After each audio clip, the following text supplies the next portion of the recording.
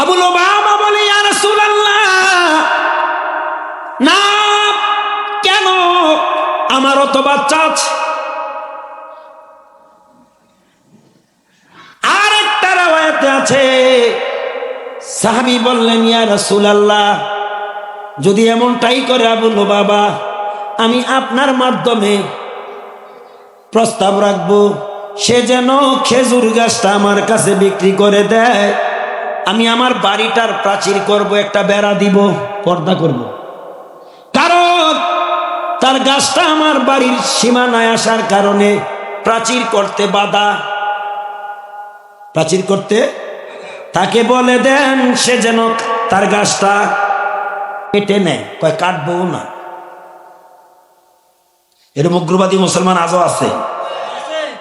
খেজুরও নিবে, সে আবার গাছও কাটবে না।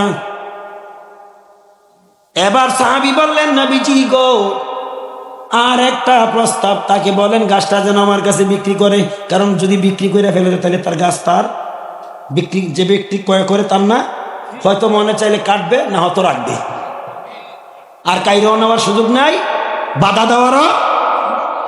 এবার নবীজি বললেন, আবু লুবাবা রে, তাহলে একটা কাজ করো, তুমি গাছটা বিক্রি করে দাও। গাছটা বিক্রি করে দাও। নবী আবার প্রস্তাব দিলেন, রে আবু লুবাবা,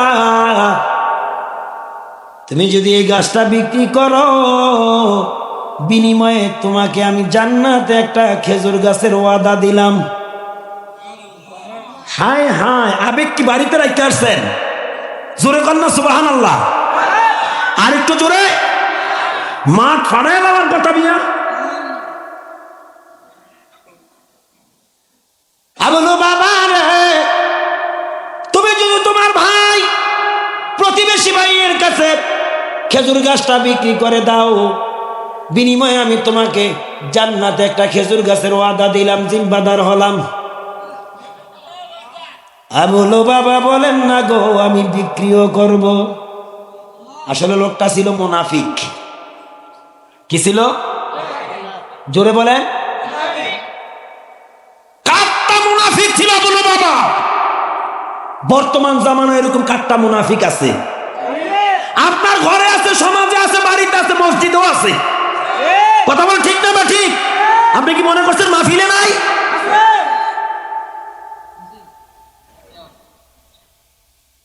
আমাদের চাল চলনে মুনাফিকের কিছু লক্ষণ দেখা যায় আমাদের মধ্যে।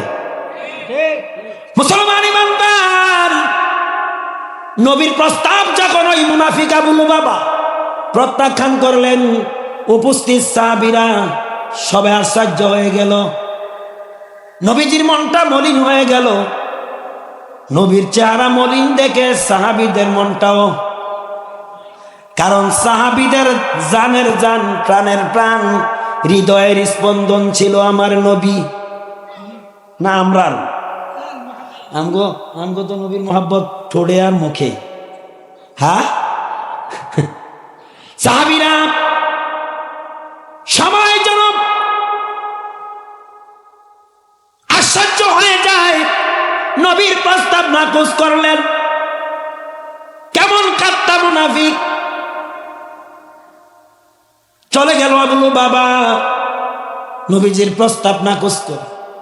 মজলিসে ছিলেন মদিনায় ধনী সাহাবীদের মধ্যে একজন সাহাবী। ধনীদের মধ্যে, মদিনার ধনীদের মধ্যে একজন। একটু আগে আমার পূর্ববর্তী ওয়াইজ মুফতি নূর মোহাম্মদ সাহেব ওই সাহাবীর নামটা উল্লেখ করে গেছেন। আমি তার দৃষ্টান্ত দিচ্ছি। যেমন তেমন সাহাবী না, মদিনার ধনীদের মধ্যে একজন হযরতে সাবিত রাদিয়াল্লাহু, যার উপনাম ছিল আবু দাহদা, আবু দাহদা রাদিয়াল্লাহু তাআলা। আবু লুবাবা কাট্টা মুনাফিক মজলিস থেকে বাইরে যাওয়ার পরে, চলে যাওয়ার পরে আবু দাহদা বা আবু সাবিত রাদিয়াল্লাহু তাআলা বলে, নবীজি গো, আপনি যদি আমাকে ইজাজত দেন, আমি আবু লুবাবার কাছে প্রস্তাবটা দিয়া দেখি। আপনার কাছে তো গাছ বিক্রি করলো না, আমি দেখি ক্রয় করতে পারি কিনা।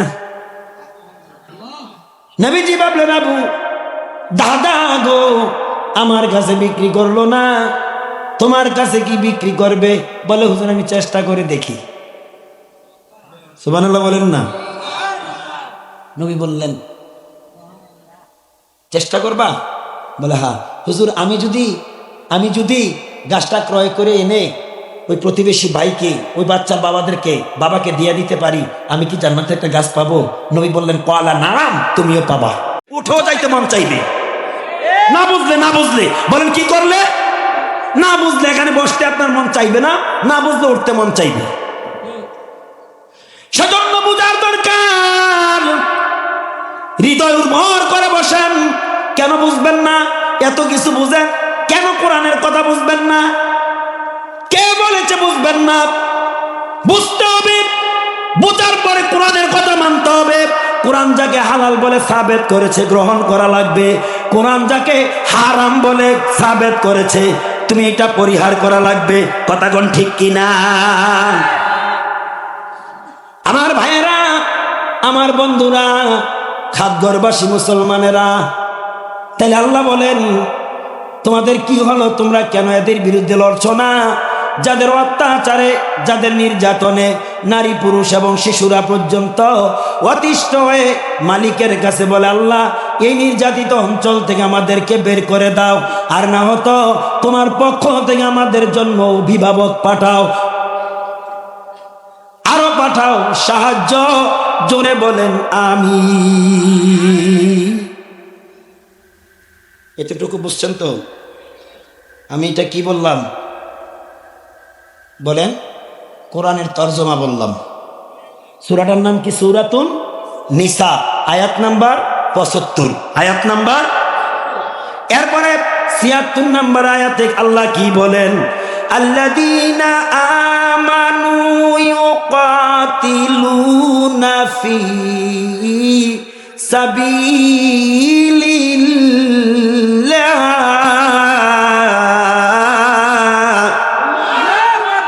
আরো জোরে আওয়াজ হবে, আরো জোরে। ওয়াল্লাযীনা কাফারু ইউকাতিলুনা ফি সাবিলিত তাগুত। যারা ইমানদার তারা লড়ে কার পথে? বলেন কার পথে লড়ে? আর যারা কাফের তারা লড়ে শয়তানের পথে, তাগুদের পথে।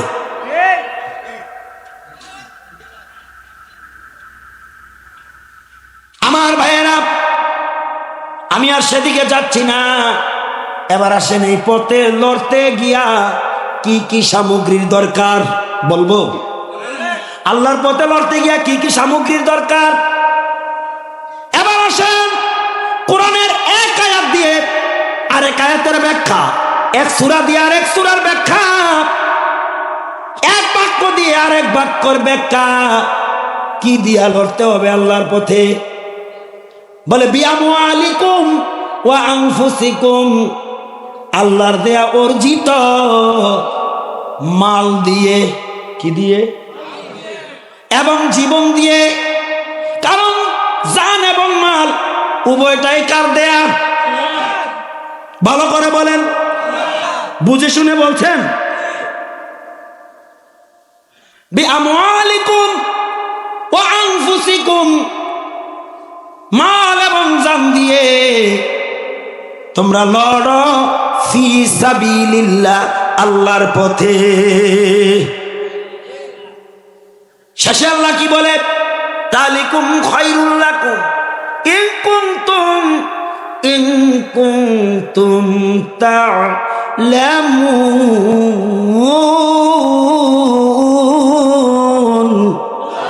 এটাই তোমাদের জন্য কল্যাণ যদি তোমরা বুঝো।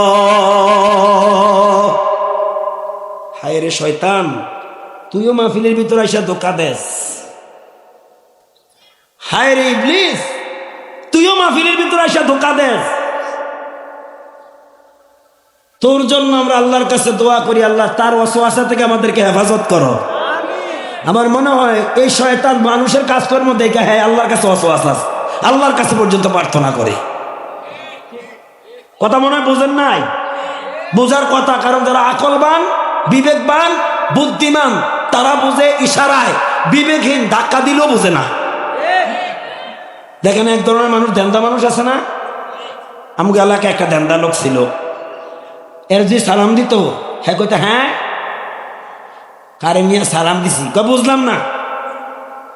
এই কাছে যেয়ে বলতো চাচা আসসালামু আলাইকুম, আচ্ছা আচ্ছা ওয়ালাইকুম সালাম। কেন বুঝবেন না?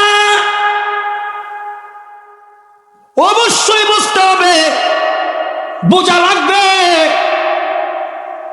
বোঝার যন্ত্রণা পাস আপনাকে আল্লাহ দেয় নাই। কেউ দেয় নাই? কে বলেছে দেয় নাই? আপনাকে আল্লাহ দিয়েছে। দেওয়ার পরও কিছু মানুষ বুঝিয়াও না বোঝার বান্দরে। কথা কোন ঠিক কিনা? তার পরিণতি শুভ হবে না, পরিণাম হবে জাহান্নাম। জোরে কোন ঠিক কিনা? তাইলে আল্লাহর রাস্তায় কি দিয়া লড়াই করবেন? বলে জান এবং মাল দিয়া। জান এবং মাল, এই দুই বস্তু দিয়ে আল্লাহর পথে লড়াই করতে হবে। এই লড়াইয়ে যদি আপনি শহীদ হন এটাও লাভ, যদি গাজী হন এইটাও। সুবহানাল্লাহ কইতেন না? আরেকটু জোরে। এই মুহূর্তে একটা দৃষ্টান্ত আমি দিচ্ছি, একেবারে ক্লিয়ার। মনটারে একুরেট করেন, মনটারে একেবারে একুরেট করেন, হৃদয়টাকে উর্বর করেন, দিলের কান তৈয়ার করেন। কেন ইবলিসের ধোঁকায় পড়বেন আপনি? কেন আপনি ইবলিসের প্রতারণায় পড়বেন? মুসনাদে আহমদ, মুসনাদে আহমদ একটা কিতাবের নাম। কি নাম? এই কিতাবের মুসান্নেফ হলো ইমাম আহমদ ইবনে হাম্বল। সবাই বলেন রহমতুল্লাহ। যেহেতু মাজলুম ফিলিস্তিনবাসীদের কথা বলা হয়েছে, মাজলুম ইমাম, যুগের মাজলুম ইমাম ছিলেন আহমদ ইবনে হাম্বল। আর হক্কানি আলেমরা মাজলুমে থাকে সব সময়। কথা বল না? দুনিয়া লোভী চাটুকারেরা, দালালেরা, এরা মাজলুম হয় না, কারণ এরা তাগুদের ছত্র ছায়ায় থাকে। এরা আবার বিকৃত মাল। বলেন এরা কি বিকৃত? এরা হলো উলামায়ে সু, নষ্ট ভ্রষ্ট পথহারা, দিশেহারা, গুমরাহ। মাজলুম ইমাম আহমদ ইবনে। মাহফিলের যুবক ভাইয়েরা যারা বাইরে আছো সবাই প্যান্ডেলে চলে আসো। মাইকের আওয়াজ যারা শোনো, একটা যুবক বাইরে থাকবা না, সবাই প্যান্ডেলে আসো। আমি এমন একটা দৃষ্টান্ত দেব এখন, হয়তো জীবনে কখনো শুনছেন কিনা, ভালো করে কান খাড়া করান, কান পাতেন। ইমাম আহমদ ইবনে হাম্বল 10.5 লক্ষ হাদিসের হাফেজ ছিলেন। কয় লক্ষ? 10.5 লক্ষ। এর মধ্যে 40,000 হাদিসের একটা কিতাব তিনি লিখেছেন, যে কিতাবটার নাম হলো মুসনাদে আহমদ। মুসনাদে, এই মুসনাদে আহমদের একটা ঘটনা আমি আপনাদের মাঝে দিচ্ছি। যারা আল্লাহর পথে জান এবং মাল দিয়ে চেষ্টা প্রচেষ্টা করে, লড়াই করে, আলহামদুলিল্লাহ। অসুবিধা হইতেছে? মাথা লাড়বেন না, আমার দিকে তাকিয়ে থাকেন। খুব গুরুত্বপূর্ণ কথা। আমি ইতিপূর্বে আপনাদেরকে আশার বাণী শোনাচ্ছি, কখনো শুনেছেন কিনা আমি জানি না। শুনে থাকলে তো ভালো, হয়তো গবেষণা করেন নাই, না করার কারণে হয়তো ভুলে গেছেন। আমি আবার স্মরণ করাইয়া দিচ্ছি। 10.5 লক্ষ হাদিসের মুসান্নেফ, আল্লাহু আকবার, হাফেজ ইমাম আহমদ ইবনে হাম্বল হাফেজুল হাদিস ছিলেন, হাদিসের হাফেজ। স্বাভাবিক কথা না? কোরআনের হাফেজ মাশাআল্লাহ গ্রামে গ্রামে বাড়ি বাড়িতে আছে, কিন্তু হাফেজুল হাদিস আছে নাকি? স্বাভাবিক কথা না? 40,000 একটা কিতাব লিখে গেছেন তিনি। ওই কিতাবটার নাম মুসনাদে আহমদ। মুসনাদে আহমদের মধ্যে পাওয়া যায় রসুলের জামানায় এক মুসলমান তার প্রতিবেশী আর এক মুসলমানের ব্যাপারে নবীজির কাছে অভিযোগ নিয়ে গেলেন। কার কাছে? জোরে বলেন। অভিযোগটা কি? ইয়া রাসূলুল্লাহ, আমার প্রতিবেশী ভাই, ওই প্রতিবেশীর নাম হলো আবু লুবাবা। কি নাম? তার একটা খেজুর গাছ আমার বাড়ির সীমানা ওভারটেক করে, দুইজনের সীমানা ওভারটেক করে তার মাথাটা আমার বাড়ির সীমানায়, আমার বাড়ির সীমানায় আসার কারণে খেজুর গাছের খেজুরগুলো পেকে পেকে আমার সীমানায় পড়ে। এরকম হয় না? একজনের বাড়ির আম গাছ হলো আমার বাড়িতে, ডালা গিয়ে রয়েছে আমার চাষা ভাইয়ের চাষা জাড়া বাতিদার বাড়িতে ডালা গিয়ে। হুজুর, ওই গাছের খেজুরগুলো আমার সীমানায় পড়ে, আমার বাচ্চারা খেজুরগুলো টোকাইয়া খায়। প্রতিবেশী আবু লুবাবা আমার বাচ্চাদের হাত থেকে খেজুরগুলো কেড়ে নেয়, কারণ সব বরদাস্ত করা যায়, বাচ্চার উপর এফেক্ট আসলে মা বাবা সহ্য করতে। এরকম নিয়াঙ্গ মা বাবাগুলো এরকম নি নাকি? এরকম এরকম সাহাবী ভাবলেন রসুলের মাধ্যমে একটা সুরাহা হবে, এ আশা নিয়া নবীজির শরণাপন্ন হলেন। নবীজি আবু লুবাবাকে ডাকলেন। আবু লুবাবা আসলেন। আবু লুবাবা রে, তোমার ভাইয়ের অভিযোগ কি সত্য? তিনি বললেন হ্যাঁ সত্য। রে আবু লুবাবা,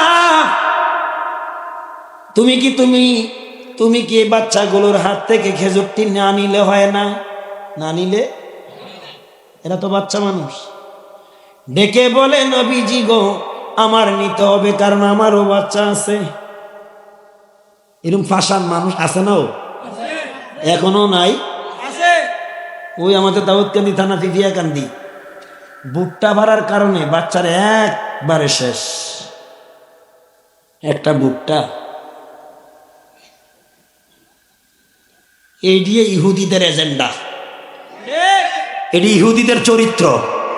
কথা বলেন ঠিক কিনা? এই আগাছাড়া, এই লাউয়ারা, এই ব্যক্তিহীনেরা মিস্টার হিটলার সবগুলো হত্যা করে এই কিছু বর্বর রাখছিল, এদেরকে কেউ জায়গা দেয় না পৃথিবীর। এই বর্তমানে নির্যাতিত মাজলুম ফিলিস্তিনিরা এদেরকে জায়গা দিয়েছিল। আজকে এই লাউয়ারা এই বাড়িওয়ালাদের উপরে জুলুম করতেছে। কথা কোন ঠিক কিনা?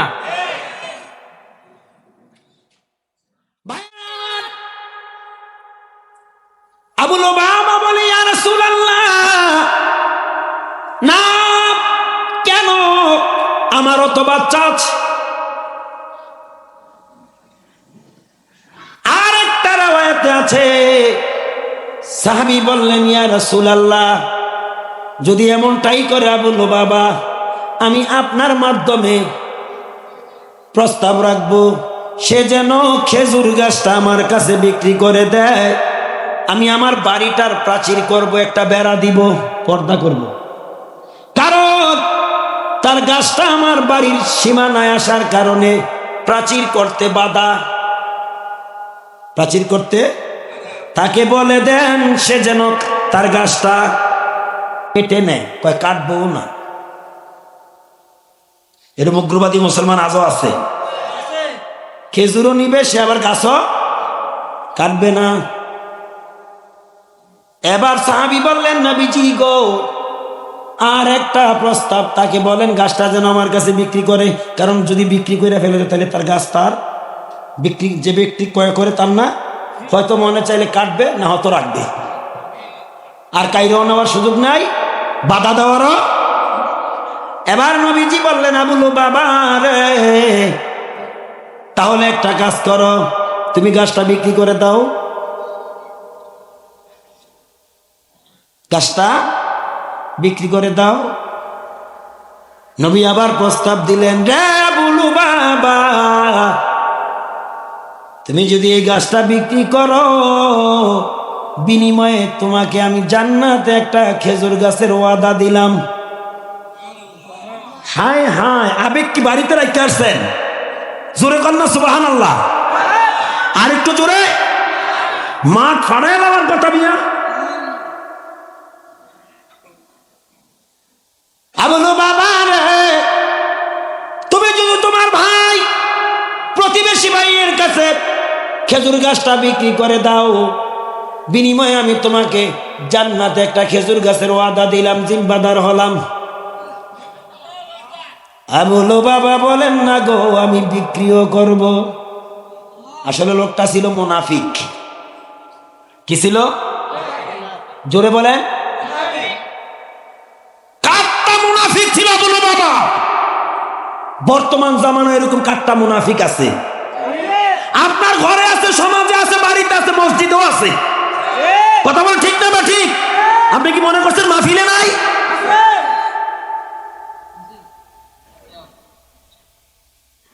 আমাদের চাল চলনে মুনাফিকের কিছু লক্ষণ দেখা যায় আমাদের মধ্যে।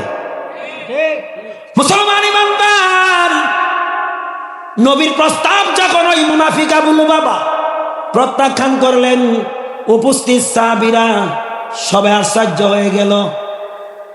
নবীজির মনটা মলিন হয়ে গেল।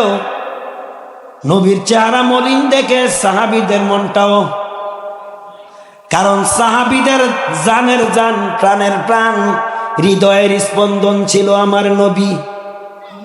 না আমরার আমগো তো নবীর মোহাব্বত ঠোঁটে আর মুখে। হ্যাঁ, সাহাবীরা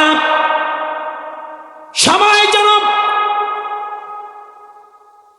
আশ্চর্য হয়ে যায়।